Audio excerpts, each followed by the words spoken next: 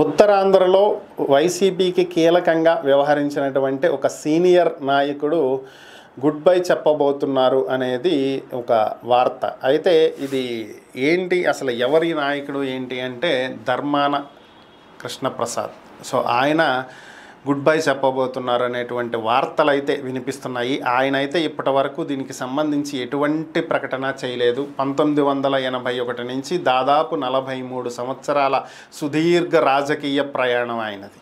నేదురుమల్లి జనార్దన్ రెడ్డి, కోట్ల విజయభాస్కర్ రెడ్డి, వైఎస్ రాజశేఖర్ రెడ్డి, కొండజేటి రోషయ్య, అలాగే నల్లారి కిరణ్ కుమార్ రెడ్డి, ఇలా పలువురు ముఖ్యమంత్రుల క్యాబినెట్లలో మంత్రులుగా చేసినటువంటి సుదీర్ఘ అనుభవం కలిగినటువంటి వ్యక్తి. అలాగే ఆయన కాంగ్రెస్ తర్వాత వైసీపీలోకి రావటం జరిగింది.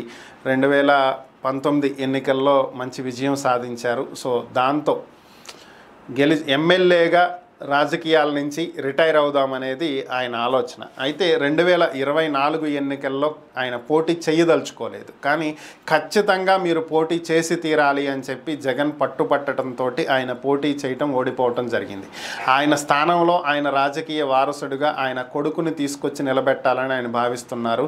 ఏ విధంగా అయితే మచిలీపట్నం పేర్ని నాని కుమారుడు పేరుని కిట్టుని ఎలా అయితే నిలబెట్టాడో అలా.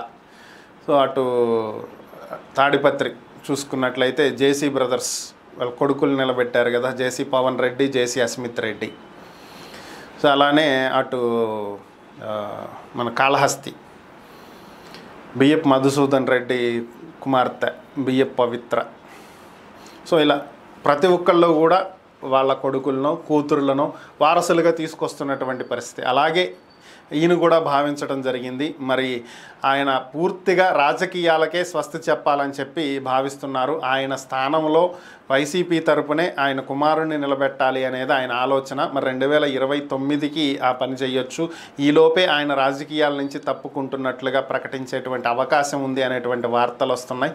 మరి దీని గురించి ఆయన అయితే ఇప్పటి వరకు ఎటువంటి ప్రకటన చేయలేదు. కానీ త్వరలో ఒక ప్రకటన వెలువడేటువంటి అవకాశం ఉంది అనేది సోషల్ మీడియాలో జరుగుతున్నటువంటి చర్చ.